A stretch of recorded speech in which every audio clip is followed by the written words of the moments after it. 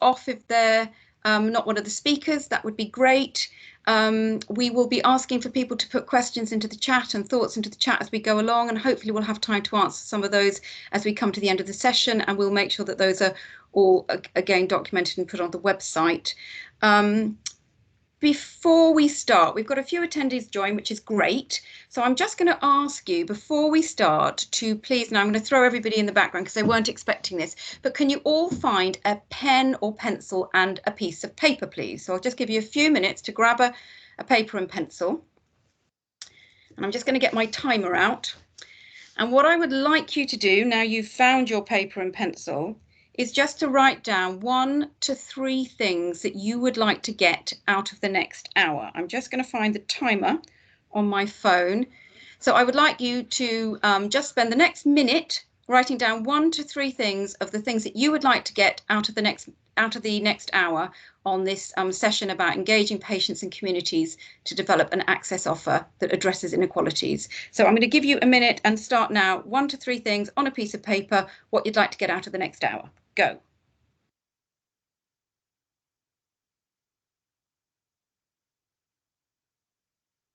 If you've just joined, we're asking you to write down 3 things that you'd like to get out of the next hour.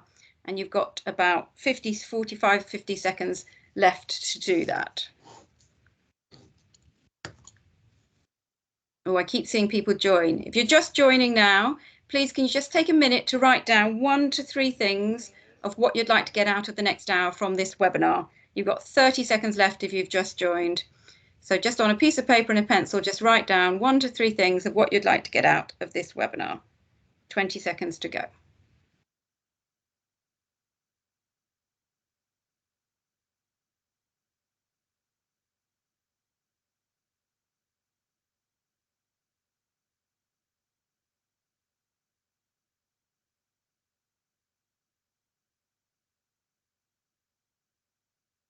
Great, your time's up. That's your minute. Now I'd like you to keep that little list for yourself, and you can reflect at the end of the hour whether or not those needs have been met. But if you can bear it, please could you write some of those down in the chat for us so we as a team can have a look and see what you're hoping, if we were kind of anywhere vaguely near what you're hoping, and we can have a look at the end and see if we've met those needs. So if you could just spend just a second or two and start to write down in the chat what you're hoping to get out, and we'll have a look at those. And then as you go through the session, please write down your thoughts, your questions, your ideas in the chat, because I think this can generate a lot of kind of, things that we think about because it's so relevant to our day-to-day work. So welcome to all of you who've joined. As I said, this is the second webinar in a series of to launch the London General Practice Access Guide. The session's being recorded and will be available on the Healthy London Partnership website, where you can sign up to the other sessions. So why did we write a London Access Guide and Manual? If we could just move on to the next slide, please. Well, we realised there was a huge amount of information about access, and it was quite difficult to find it sometimes. It was in lots of different places. So we've tried to bring all of that together in the guide and manual. The guide is kind of shorter, and you should have received a hard copy at your practice. They've been posted out to all London practices, and it's also available online. So you can use the guide to work with your team to kind of think, what are the areas we'd really like to focus on as a practice? And then you can use the manual for a bit more detail. So the people leading on the access projects might want to refer to the manual for more details and resources to support their access projects. Now, both the guide and manual take a whole system approach to access, and this is recognising all the different jigsaw pieces that you need to be looking at if you want to have an effective access system. And the webinars will be covering all of these areas. So last week we looked at the overview, access within the wider context, what are the expectations from NHS England around access. And then we talked about general practice activity, the importance of measuring what we do to be able to change what we do. How do we manage DNAs? How do we get the right balance of different appointment types? How do we map our appointments? And today we're focusing on working with patients to improve access, with a particular focus on inequalities, which we hope is a thread throughout the guide. So we could just go back to the previous slide, please. I'm just going to run quickly through what we're going to cover today. I'm going to talk a little bit about patient experience and expectations, self-care, self-referral and self-service, and a little bit about patients who attend very frequently. And then I'm delighted that Dr. Lisa Harrod-Rothwell from London-wide LMC is going to be talking about equity in your general practice offer. Dr. Jagan John, who's the clinical lead for personalised care and a GP in North East London, is going to talk about personalised care.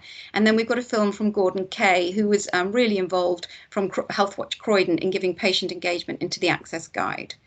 So if we could go down 2 slides, please. Right, patient experience and patient expectations. If we could move on a slide. So there's lots of ways of measuring patient experience that we've listed down the left-hand side here. So from big national patient surveys to local patients and reports, and each of those measures has strengths and weaknesses. And within the guide and manual, in the final section on measuring change, we kind of explore some of the weaknesses and strengths of the different patient experience measures. But the bottom line is, if your patient experience matches your patient expectations, everybody's happy. But it's a mismatch of patient expectations and patient experience that causes the discontent that we sometimes see in our systems. If we could go on to the next slide, please. Now, I think this is where data can really help. I think we're all feeling slightly under the cosh at the moment. There's a lot of negative press about general practice, and I think that feeds into our waiting rooms, into our supermarkets, and we sometimes hear, well, we often hear quite a lot of noise. And this is where it's really worthwhile going to the GP patient survey, because if you look at this, and this is data from earlier this year, the vast majority of patients are happy with the experience that they get from their general practice, and only a very small minority describe their experience as poor or very poor. So go and have a look at your own GP patient results just by Googling it on the web, and I think that will put into balance some of the negative comments we hear both in the press and in our waiting rooms. We could go on to the next slide, please. So what can you as a practice do to manage patient experience and patient expectations? Well, one of the things that we suggest in the guide is to get a patient charter or welcome pack and develop this with your patient group. And what this really does is set out your stall. You know, this is what is reasonable to expect from us. This is what we can offer. But also, this is what is reasonable that we can expect from you. And if you develop this, it kind of gives a really good starting point. So if you do have disagreements or problems, you can go back to this. You can advertise it on posters in your waiting room, on your website. And it includes simple things like courtesy and kindness, making sure that you keep patients informed of your opening hours and how to access you, and patients keep you informed of where they live and how you can contact them. So this is just an idea that you may want to test in your practice as a practical way of kind of setting your stall for patient expectations. If we could go on to the next slide, please. Yeah, I'm going to hand over now to Lisa, who's going to talk about equity. Lisa is a GP in East London and has had a very significant and helpful contribution throughout the task and finish group for the guide. So I'm going to hand over to you now, Lisa. Thank you. Thanks very much, Charm. So as Charlotte said, I'm going to talk about working with patients and communities to address inequities in access. Now, clearly, I don't have all the answers here. This is very complex. But what I hope to do is to highlight groups who may experience inequity and signpost to sources of support, information and advice. Our patients and our communities are our allies here. Can I have next slide, please? So as Charlotte said, I'm Lisa Harrod-Rothwell. I'm a GP and I'm Deputy CEO of London-wide LMCs, but I'm also Joint Vice President of Doctors of the World UK, which is a charity that aims to empower those excluded from healthcare. Now, I strongly agree with Michael Marmot that there can be no more important task for those concerned with the health of the population than to reduce health inequalities. Can I have next slide, please? However, I'm going to begin this section of the webinar with a heavy dose of realism. This is a very difficult topic to address given the immense mismatch between patient need, expectation and demand against the number of GPs and practice nurses. We know we're not resourced at the appropriate level to meet all need safely. As demand outstrips supply, there's a risk that those with the least need have the loudest voice and the gap increases. We've already seen the NHS bow to pressure of influential journalists who aim to appeal to the Telegraph reader demographic. This picture demonstrates the difference between equity and equality. As much as we want to be able to treat people differently dependent on their need, to bespoke our offer, our resources and our workforce numbers are limited. New contract changes have recently been issued, and the PCNDES Impact and Investment Fund now has an indicator relating to addressing inequalities in access to general practice experienced by some patient groups. By March next year, in order to receive payment, practices will have made use of their GP practice surveys to identify these patient groups and have developed and implemented a plan to improve access. This indicator is worth about 12.6 million across England. Now, admittedly, this is a tiny investment to tackle a very complex task deemed to be of the greatest importance. But let's look at what is within our gift, recognising that our patients and our communities are our greatest allies. Next slide, please. Let's start by looking at equity of access to practice registration. Everyone living in the UK is entitled to free general practice. There are lots of complex societal, political and NHS reasons why some patients struggle to register with a practice. But there are some barriers that were within our gift to remove. Our work at Doctors of the World has shown that socially excluded groups, including migrants, homeless people, travelling communities and sex workers, are not uncommonly wrongly turned away by practices. The biggest reason? Because these patients are unable to provide proof of ID or address. Now, there are lots of reasons why some vulnerable people are unable to provide this documentation, reasons that can be absolutely shocking to hear. If you've recently escaped torture and there is a bounty on your head, you do not make your way through your country carrying ID. Now, some practices don't realise that patients need not provide proof of ID or address to register, and insisting on this does break their contractual obligations. To support practices to take steps to tackle registration barriers and understand obligations, Doctors of the World have a Safe Surgeries toolkit and resources, and the links are in the access manual that Sian just mentioned. So if we can move on to next slide, please. Let's look at equity of access to care for patients who are registered. Now, there are many patient factors that impact on ability to access care. For example, people whose health needs pay second fiddle to other needs, like homelessness and drug and alcohol use. People who find navigating the NHS particularly hard, for example, people who are new to the UK. Those with language or communication requirements, those with disabilities and complex comorbidities. But I also want to draw attention to one that has increased in significance over the past 18 months, and this is people with digital inequalities. Now, this can be due to lack of access to devices, for example, low or no income, or lack of access to the internet, for example, rurality. It can also be due to difficulty using devices such as poor eyesight. And next slide, please. As practice members, we have a good understanding of our local communities and their needs, and we are already good at flexing to meet need. For example, many practices have receptionists who are fluent in commonly spoken languages, and there is already some flexibility within booking systems. However, there may be some barriers and challenges experienced by some communities that the practice may be unaware of. Can I have next slide, please?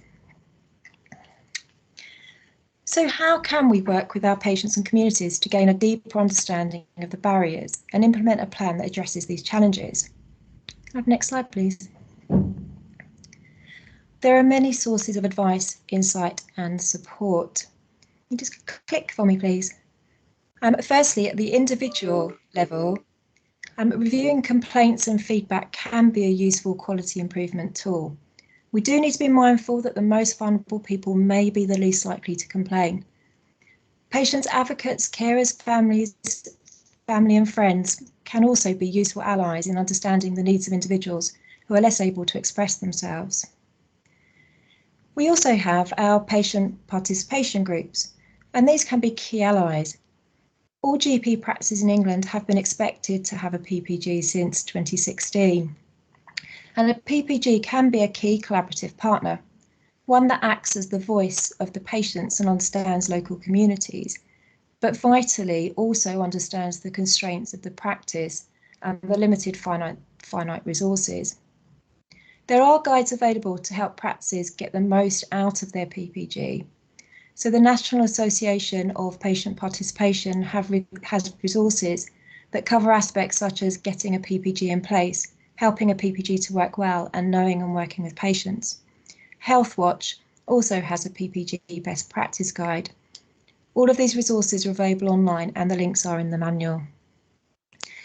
And let's not overlook any local advocates and champions of particular vulnerable patient groups who can provide valuable insight and advice. This group includes local community leaders. But don't forget your staff who are also members of your local neighbourhoods. They may well have really valuable insight into the barriers that their friends and their neighbours experience. And then we have charities. So there are many charities who advocate on behalf of vulnerable groups, and their websites are frequently an excellent source of information. For example, the Alzheimer's Society has information on dementia-friendly GP practices, and Cancer Research UK has resources regarding reducing barriers to GP presentation. If you identify a particular demographic within your population who may be experiencing inequity or challenge in access, it's worth looking at the website of relevant charities. There are also organisations that exist to strengthen the patient voice. We've already mentioned HealthWatch, there are others, and they can have helpful information too. For example, HealthWatch has an interesting report on digitally excluded people's experiences of remote GP appointments. And finally, if we just click please, I just want to draw attention to toolkits, guides and training. There are lots of resources out there to help practices understand challenges experienced by groups and their solutions, and resources to help support implementation. For example, the Department for Health has produced a suite of equality guides for the NHS, and there are plenty of toolkits out there. I've already mentioned the Doctors of the World Safe Surgery Toolkit for registration, but there are others. For example, the Royal College of GPs has toolkits to help practices meet the needs of those with deafness and hearing loss, and to meet the needs of those with learning difficulties. Next slide, please. These links and many others are in the Access Manual. It's definitely worth a look. In summary, I do agree with Malcolm that there can be no more important task for those concerned with the health of the population than to reduce health inequalities. One of the strengths of local GP practices is that we are embedded in our neighbourhoods. We know and we understand our neighbourhoods and our communities, and we already flex how we practice. We may not even appreciate that we do it in order to meet the particular needs of our communities. Addressing health inequalities is complex, and we operate under considerable constraint. However, there may be relatively small adjustments that can be made that would make a significant difference to our most vulnerable registered patients. We've discussed means of engaging with patients and communities, and we've discussed some of the barriers to registration and all the resources that are available to help achieve greater equity. I hope you found this useful. It's not an easy task. Thank you. Thank you, Lisa. That was really helpful. You're right, it's not easy, is it? It's really complex, and we all look after different populations and different groups, but I hope that there's stuff in the guide and manual that is helpful to signpost you in the right direction, to give you some thoughts around it. We're going to move on now. Please do put questions and thoughts in the chat. I don't know if we can share some of the chat. I think some of it's still behind a screen, so please put questions and thoughts and we'll make sure we try and get those things through. I'm now going to talk for a little bit about self-care, so which is a really important part of anybody's access approach. So if we could go on to the next slide, please. So something I came across when we were developing the guide was something called the Self-Care Forum, which I hadn't come across, which is just great. It's got some really good resources. The Self-Care Forum defines self-care as the actions that individuals take for themselves on behalf and with others in order to develop, protect, maintain and improve their health, well-being or wellness. We've divided that up into self-referral, self-service and personalised care. So we could go on to the next slide, please. Now, this is from the Self-Care Forum, and I found this really helpful because it talks about self-care as a continuum from pure self-care, the decisions that we all take every day in our daily life, what kind of food we eat, how we exercise, that, you know, all these kind of just normal daily things, to right to the other end, which is pure medical care, which is when you are perhaps ventilated in intensive care and your whole being is being looked after by medicine. Now, clearly, we all sit on a spectrum along here, and I think probably general practice sits somewhere in the middle here, looking after minor ailments, long-term conditions, and some acute conditions. So I think that's helpful to kind of think about the self-care as a continuum. If we go to the next slide, please. Now, the Self-Care Forum also give lots of tips of what you can do in your practice. I've just picked out a few of these. There's more in the manual and guide and links to the website. But some of the things you can do in your practice to encourage self-care is to really be consistent across your team. So for things like minor illnesses and prescribing, make sure you're all saying the same thing, whether that's from reception through to your clinicians. You know, when are you advising people to go to the local pharmacist? When are you advising people to manage their condition themselves? And at what point are you prescribing? Try and get some consistency in that and agreement between the team. To embed self-care advice in long-term condition reviews, you could put that onto a template. You could make sure that your team undertaking reviews know about good resources they can signpost patients to. And in those reviews, you can actually assess the patient's self-care status, how ready they are to take on some self-care, because everybody is different. And there are tools in the guide for assessing self-care status, and also some ideas around what you can do to help patients with low motivation to improve their motivation. And I think a little bit later, Dr. John's going to speak a little bit more about that. Work with your PPG, find out what's relevant to your local population, get their ideas and thoughts, and have a good website. We'll talk about that a little bit more in a minute, but making sure that you're using your website as the go-to place to signpost patients to good self-care information, as a trusted place to go. If we go on the next slide, please. So moving on to self-referral, and this links to your website, there are an increasing number of services that accept self-referral, from IAP to foot health to antenatal care. I find it really difficult to keep on top of who can self-refer and where. So having good information on your website is useful not only for your patients, but also for your staff and your clinicians. You might not want to do this at a practice level. It might work better as a PCN or a borough level, because actually it's likely to be the same information, and then you can make sure that you've got the resource to keep it updated. In the manual, we include a couple of examples of what we thought were good real life websites that practices or boroughs had produced for patients about accessing self-referral. Clearly, this can impact on your access, as patients can self-refer. They don't need to come through the GP services to get access to other services. If we could move on to the next slide, please. Self-service, a little bit more contentious perhaps than self-referral, but all patients should be offered full online access to their digital record, starting from when they registered for online access. This allows patients to see their results, their consultations, and is available through things like the NHS app and patient access if enabled by the practice. I couldn't find much on the evidence of whether this is good or bad, but a lot of anecdotal evidence suggests that actually if you do give patients access to their results, you've prepped them for it, they know what to expect. Many of them can act on that. They don't need to come back to you to understand their thyroid results when they're on long-term thyroid treatment, for example. The Patients Association have a great guide. Although targeted at patients, I think it's just as useful for staff and practice and clinicians about how to access your medical records. And again, I think I've not seen a lot of this being used very widely, and I'd be really grateful for people's thoughts and ideas on or experiences, particularly on letting patients access their records. I'm now going to move on to the third aspect of self-care that we've categorised as personalised care, and I'm going to hand over to Dr. Jagan John, who's going to talk us through the next few slides. Thank you, Jagan.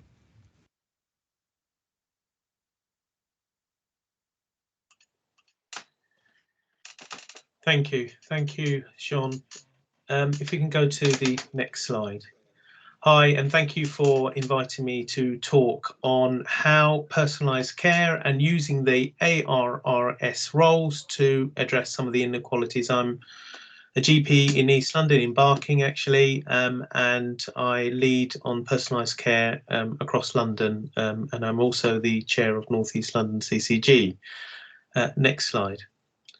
So what we've heard today is really about the fantastic toolkit that you've been given of how we can improve some of the inequalities and the equities, and some of the reasons by some of my colleagues today of why we should try to improve it and maybe look at other ways of doing it.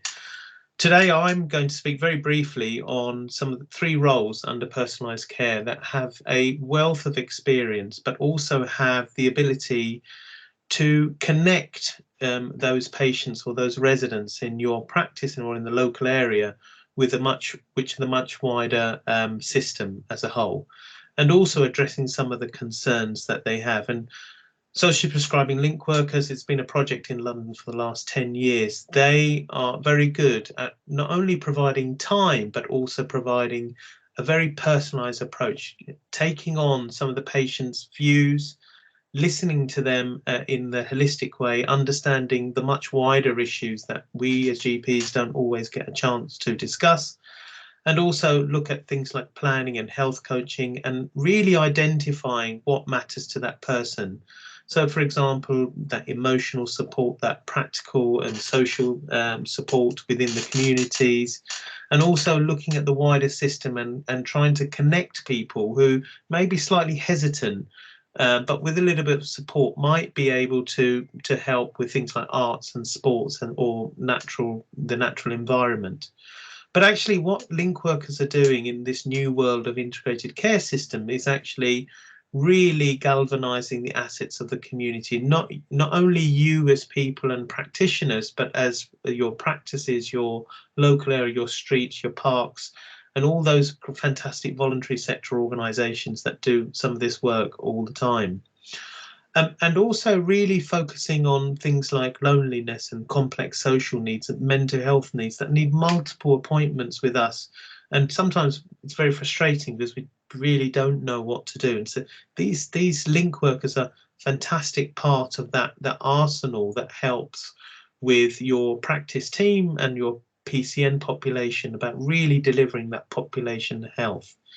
Health and wellbeing coaches, on the other hand, a newer role, very part of that proactive identification and caseload management, particularly with long-term conditions, and constantly giving that additional support. And as Siobhan has said before, really helping to support that self-awareness and self-management, which unfortunately our patients in some cases need that additional support because they haven't really had that ability to have that time going forward.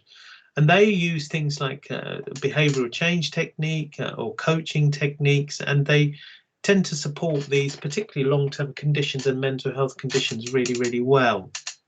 And the last role that I wanted to talk about is that proactive care, which is through our care coordinators, really galvanizing the thoughts of patients, but also matching them with professionals and also with managing their care and helping people to choose those right choices. And you may think that while they seem quite prescriptive roles, we have seen practices across London who've used particular communities to, with these roles, and they've been really effective at really, tackling health inequalities. And particularly during the pandemic, we've seen that they've been really embracing some of those particular issues that some of those communities have been feeling very left behind out there. And I will say that this has been a great help, not only for practices that have these roles, but also providing a bit of support for your own staff, with that health and well-being of your own staff. And we've had cases across London where practices are really good examples of that going forward. Next slide. So it really is about that holistic care, what matters to patients and residents, and looking at those in a very kind of holistic way. But there are practices that through their receptionists or through various other means have got that social prescribing link worker direct entry point, and that's been fantastic.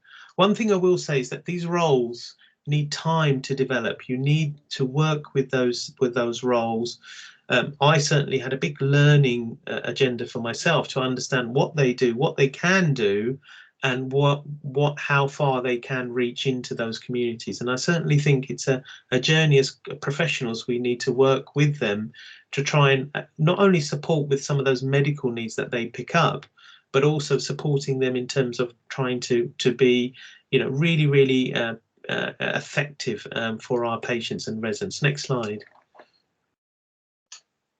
So it is a big commitment in the long-term plan, and there was this thing with the long-term plan that we should get 1,000 social prescribing link workers by 2021, rising further by 2024 to help support 900,000 people supporting the wider communities. Now, in a realistic way, I think this is just to say this is a roughly around 4 per PCN with an average of 50,000. What we have seen in some of those populations where some of the PCNs have now really started thinking about how we can address some particular health inequalities, and looking at things like targeting, particularly, for example, citizens advice and legal advice, looking at particular children, for example, where there's a large proportion of children and families, or looking at particular subgroups of the population in some communities, and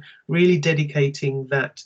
And it is quite an exciting thing that you can really change and decide, and that's something to have a chat with your PCN clinical director about what you think would add value to your practice and to your working life. Now, I will say that 5 of our London boroughs are in the top 10% of the most deprived. So this is a valuable tool and a valuable asset, these amazing link workers who can really help to support. And certainly during the pandemic, we've seen some fantastic stories of how they've gone out of their way to help and support, particularly patients who are elderly or lonely or felt somehow cut out from mainstream. And I've talked about some of the things that they've done. We've heard about link workers supporting patients, who have mental health needs, even children with mental health needs. We've seen some fantastic work with purely about outreach and community development. But the thing I will say is there is caveat. You do need to give them time. You do need to think about their caseloads. An average link worker, we shouldn't be really going above 250 because it makes them slightly ineffective as like ourselves with the huge caseloads.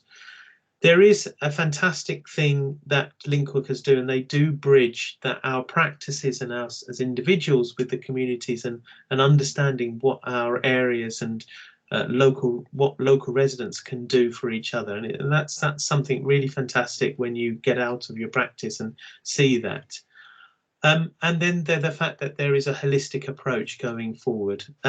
So we are, as a system, we obviously want to embed them within PCN teams. They are very much part of the fabric of primary care and really trying to get them into multidisciplinary care. And with the really fantastic MDTs in some of our PCNs, what you do find is that our link workers offer solutions that sometimes we don't always think of.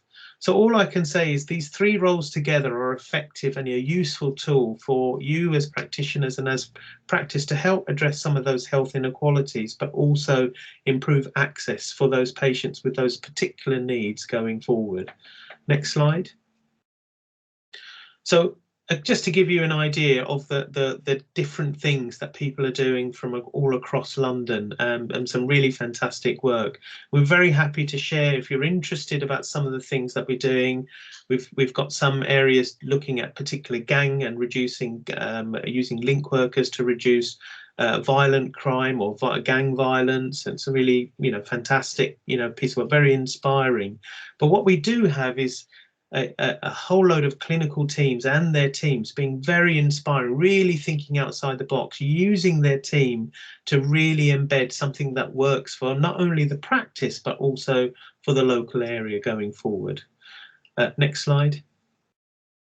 So if you don't know who your clinical leads are, there are clinical leads in each of the ICS systems.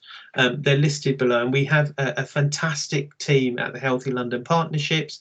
We have teams to help PCNs. We have various different roles. And if you are interested, please fill out the form. We're very happy to discuss and how we can help support you and also improve. And on top of the you know, that fantastic guide that you've heard about, and some of the work that Lisa has been involved with across the system through Doctors of the World and other organisations, there is a wealth of knowledge out there in the community. And I think, you know, what we do have is a fantastic opportunity to really build that primary care workforce that we have. So thank you, and happy to take any questions. Thank you, Sean, at the end. Yeah, that's great, Jake, and thank you so much. All of these slides will be saved on the website, so you'll be able to capture all of those links. If we could go on to the next slide. This links really well with Jagan's presentation, and this is included in the manual and guide, but it's about working with those patients who need additional tailored support. If we could go on to the next slide. And really, we're talking here about those patients who attend very, very frequently. And the patients who attend very frequently to your general practice are also likely to attend very frequently to other parts of the health service, such as A&E and other providers. Now, Rebecca Mulby from London South Bank University did some really good work, particularly in practices in South East London, looking at these people who attend sort of in excess of 30, 40 times a year, and found that a very small number of patients are using a very large part of our general practice resource, and we're often not meeting their needs. As exactly as Jagan said, these people often have complex psychosocial social needs are combined with medical needs, and our very medically focused model and short consultations does not meet their needs, and therefore they keep coming back. Now, Rebecca Mulby developed a model which we've tried to convert into this slide, which really looks at making sure that you tailor the approach to the individual, because actually this is not a homogenous group. These are different people who have different needs, and having somebody like a community volunteer or a social prescribing link worker who can sit down with a patient and find out what matters to them is really important. So this model really looks at what can be done in general practice, how you can use the people in your ARRS teams, how you can use continuity within your team, and then really when do you need to go a little bit beyond the practice? When can the PCN multidisciplinary team, or even working closely with colleagues in secondary care and mental health services, work? So it's about tailoring the approach to the individual. If we could go on to the next slide, please.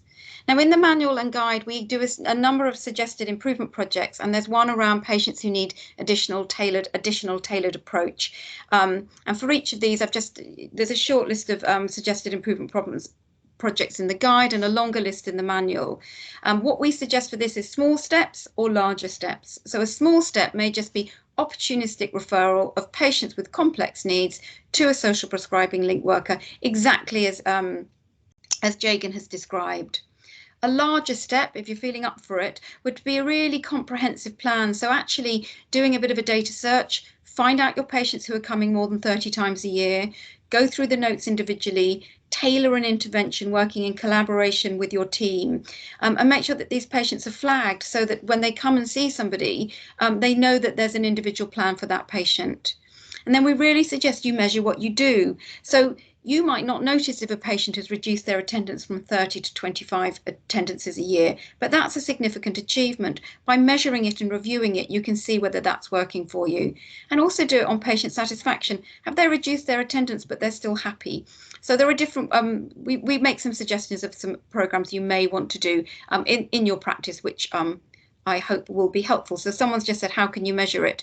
Well, you can run a search on those patients and literally count their appointments over a period of time. And then satisfaction, if you go in the guide, there's a whole section at the end about patient satisfaction measures, and you can choose one which will work for you and your group.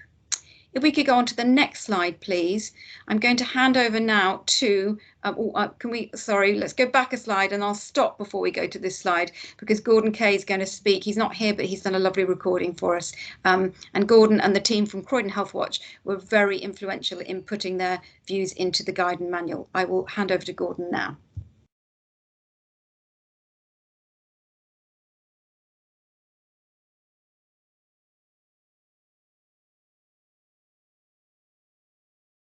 No, I don't know.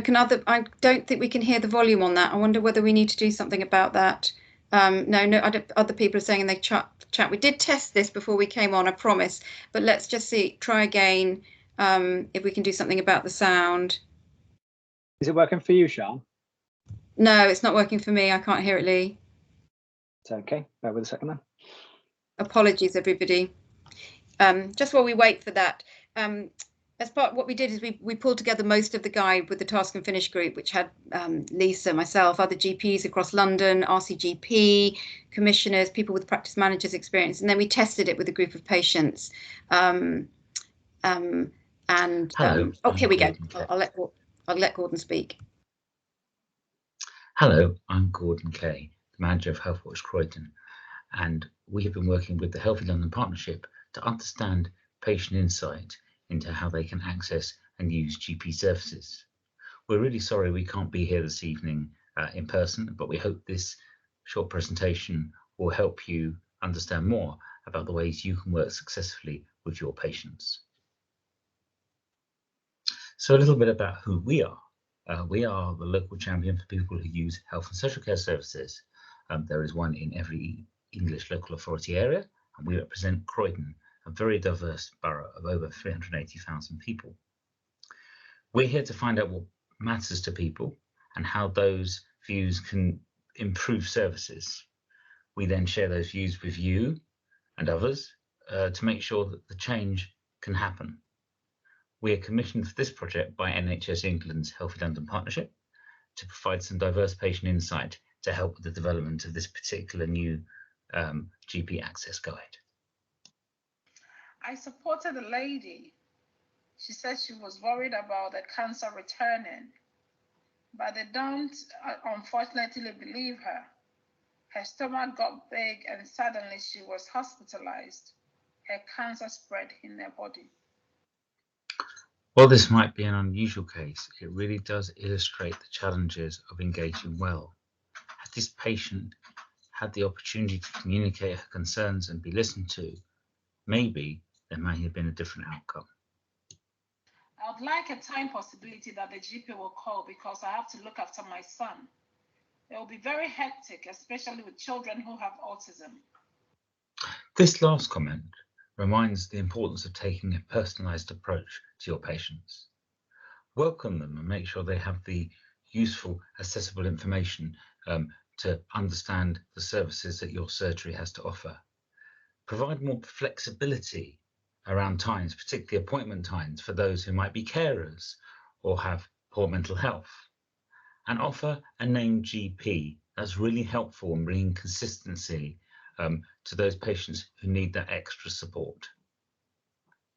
Yes, I was just reflecting and I was like, you know, wow, I haven't even received the exercises, don't know how to do the exercises. Then he said to me, oh, you'll be all right within a month, you know.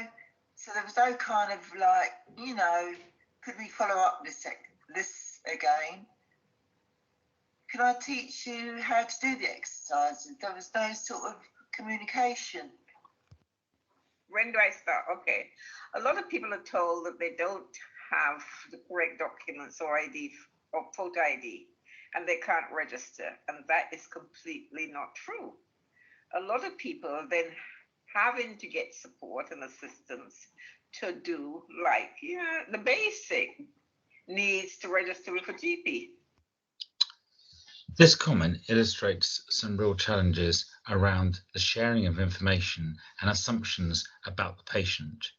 Don't assume that everyone knows about the NHS. Some may be new to the system or not even used it for a number of years. So make sure in your welcome pack that you include key information, particularly about their rights, but also to manage their expectations. That already starts you on a good pathway for having a good, strong relationship. Reflect also with the patients when giving them information, particularly around self-care. Make sure they really understand what they've got to do and that crucially they can come back to you if they don't understand it in a positive and supportive environment. My problems this asylum, I supported a family, they live in London, and they called me and they said we called the GP and they had lots of problems and husband and some suspect of the COVID-19 and the wife was ill and she said we called the GP said we don't have an interpreter available. This quote illustrates the challenges of working with refugees and asylum seekers. London, more than other parts of the country, are more likely to have refugees and asylum seekers coming into GP surgeries. So it's really important that we provide them the services they need. Commit to using interpreters where possible, or at least having practical common sense in finding people informally, maybe family members or other people within the community who can interpret for them. This will bring better outcomes both for the patient but also for you in helping them. Make refugees and asylum seekers feel welcome. Give them extra time in one of their sessions. Make sure that you've got a list that you can provide, a priority list for those people, so that when they come into the surgery, they've got the time they need.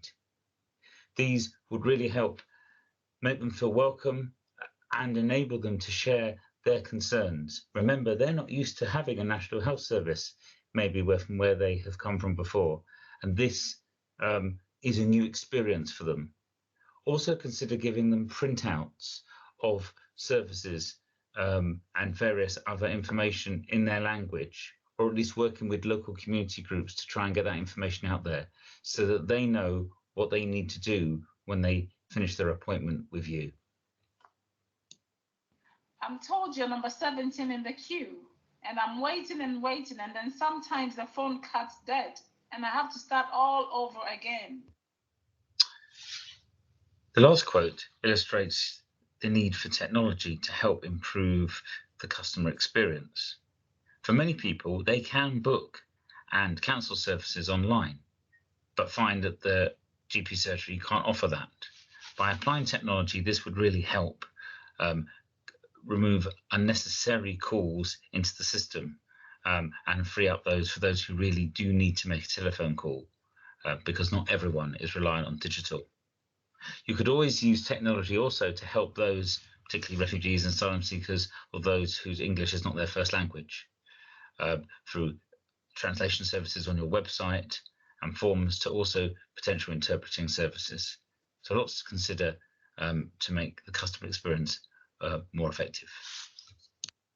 It's really hard for people to talk about these things because people don't believe them anymore.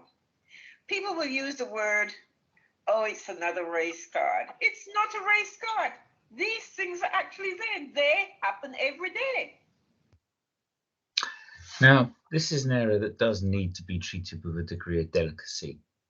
It's really important that you get to know your community. You are part of the community, and there are people within the community who feel they're not recognised or appreciated or treated in the same way.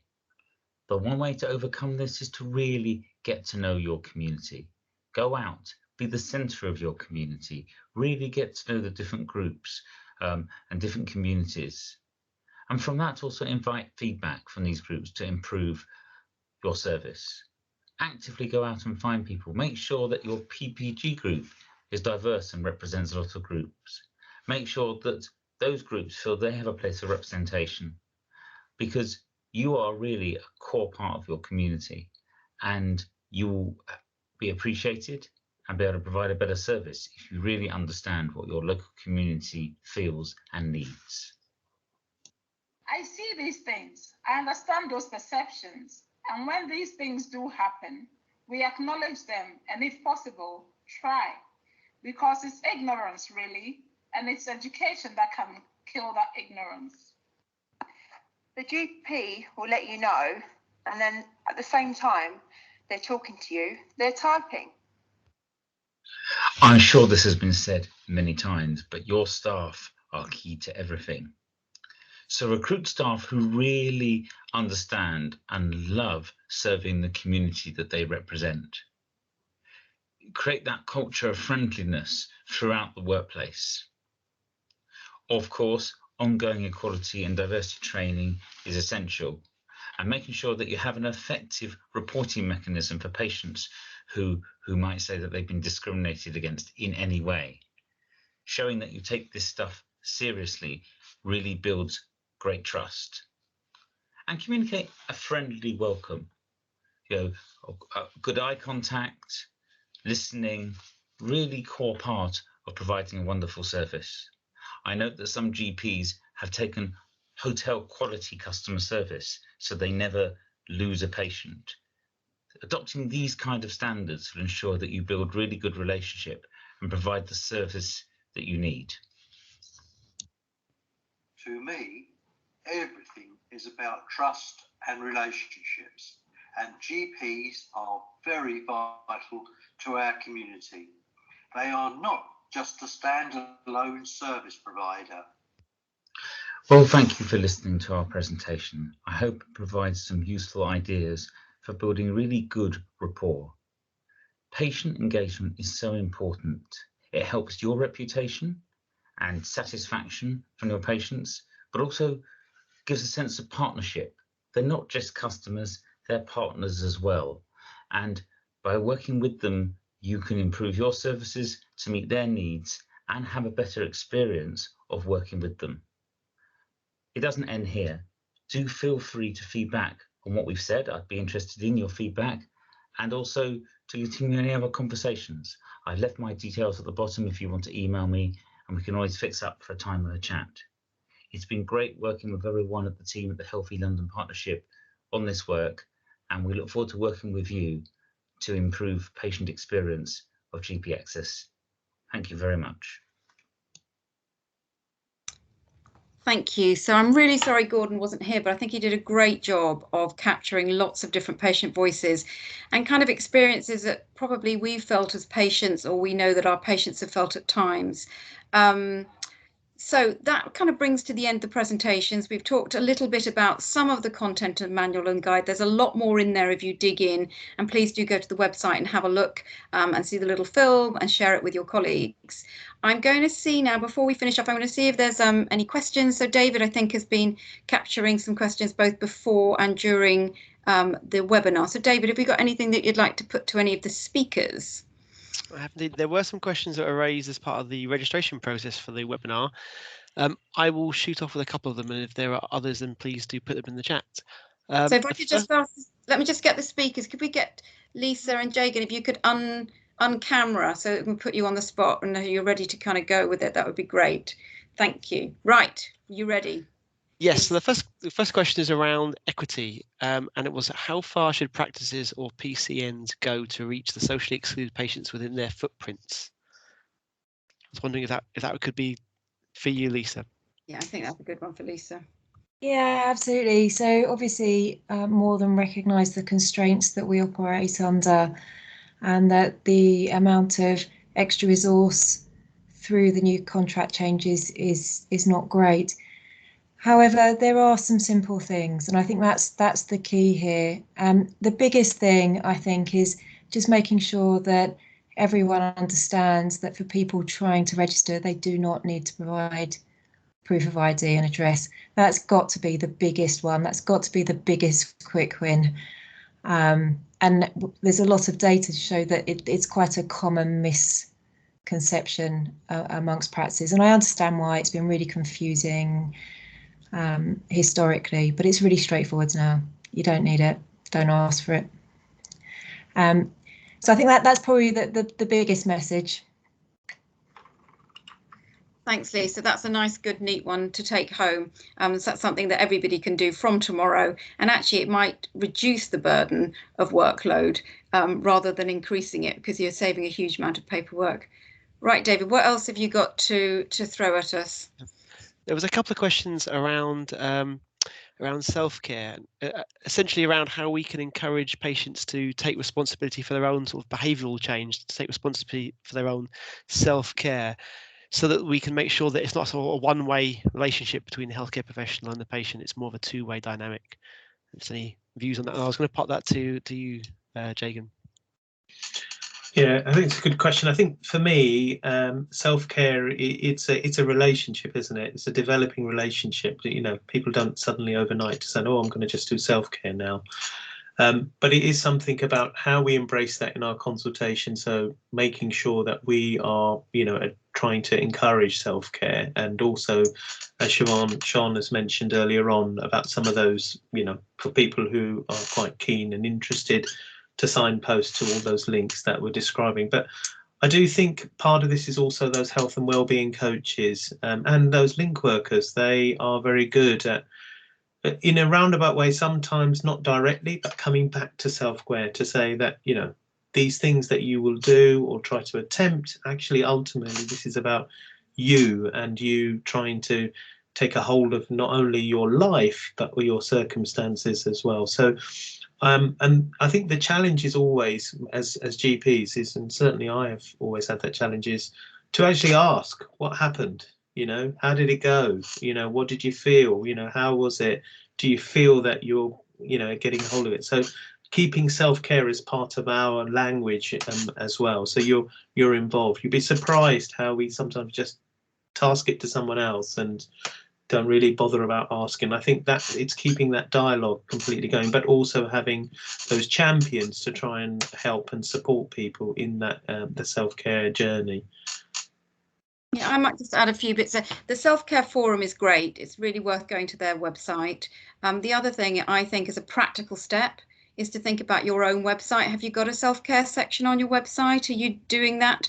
And maybe if you are looking at some content for your website, what a great thing, what a great project to do as a team and with your patient, your PPG. Sit down and say, we want to talk about self-care. What does this mean to you? Just even start with a few slides that we've got and shared today and say, how can we do this better? You don't have to get it right overnight. It's got lots of different bits to it. But one of the things a patient said to us when we were doing the work with Healthwatch Croydon, which really resonated for me, is that you need to say, don't send us away with self-care, like off you go, here it is, that's you, I'm done. Suggest, promote, give the ideas, but also say, come back if it's not working.